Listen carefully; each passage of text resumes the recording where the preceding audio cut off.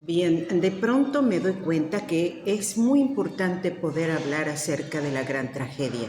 ¿Por qué? Porque casi siempre nos ilusionamos con pensar en mundos posibles, llenos de vitalidad y de esperanza, donde hay gente que se da la mano para ayudarse. La realidad nos está demostrando otra cosa muy diferente. Nos está demostrando que no somos en realidad personas con la capacidad para entender el futuro. Nos limitamos a encontrarnos en un entorno donde no aceptamos al otro.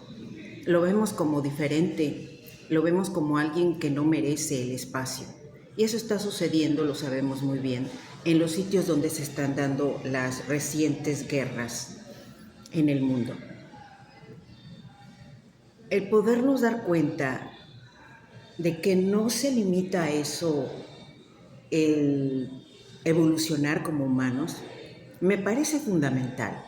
Es por eso que me di a la tarea de relatar la historia de la esfera o el relato de la esfera, donde llegamos a ese punto donde ya no hay retorno, donde lo que se hizo y lo que no se logró hacer definitivamente no fue. ¿Y qué sucede ahí?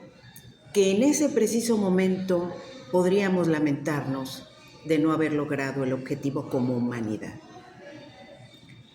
No sé qué tanto ah, alcance pueda tener la historia, sin embargo creo que voy a tratar de hacerla lo más cruda que se pueda, porque me parece un punto de inflexión importante para enviar un mensaje a todos los que se creen dueños de un territorio, cuando en realidad el territorio le pertenece a la tierra.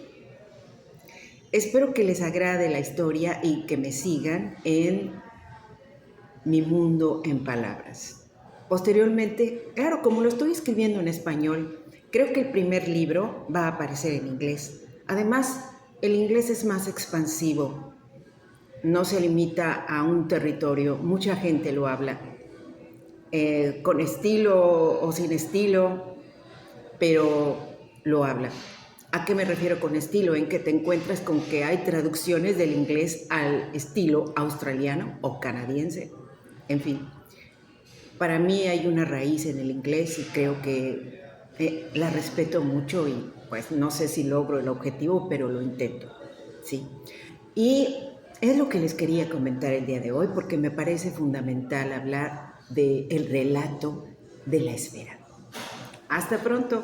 Nos vemos en Letras Creativas.